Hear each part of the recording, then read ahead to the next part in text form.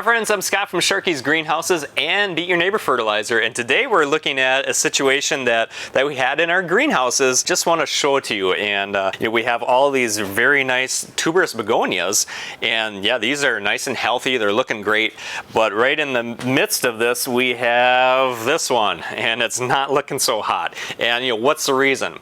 Well, we can see that the soil is way too dark. It's because it's wet.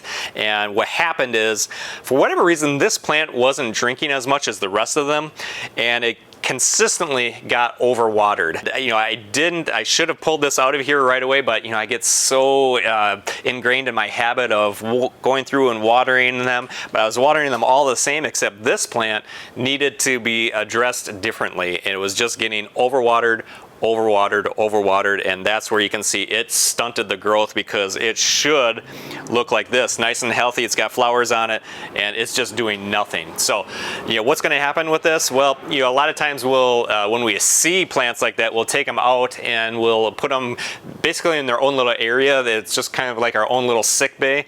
I'm not sure. I suspect that this one, that the roots are really pretty well rotted by now, and I doubt that I can turn this around. So it's my oops, this is my bad. It does happen. It happens to the best of us. But we have lots of plants that we care for, and sometimes we just miss it. But this is certainly something to be aware of at your home, because it can happen. This is what happens if it gets overwatered. Now, why did this get overwatered? It could have been sitting in a drip line area from hanging baskets and getting too much water on it, or maybe it didn't have drainage. Maybe it was just kind of sitting in soup, and that can do it real quick. If you don't have drainage holes on a container, boy, that can really compound that situation quickly.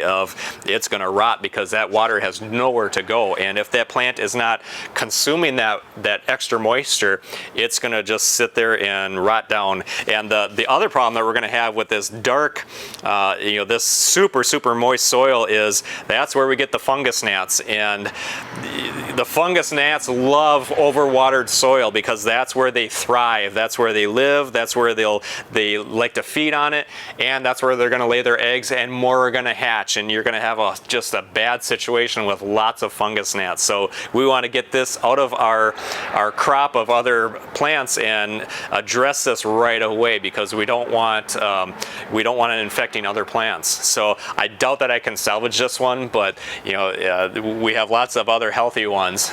But it's something to know about and to look for with your plants.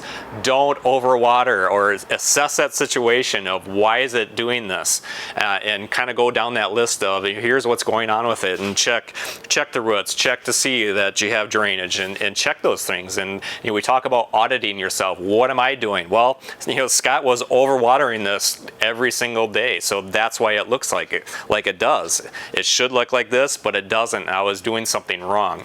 So that's where we're at with this plant, and I just doubt that we'll be able to turn this around.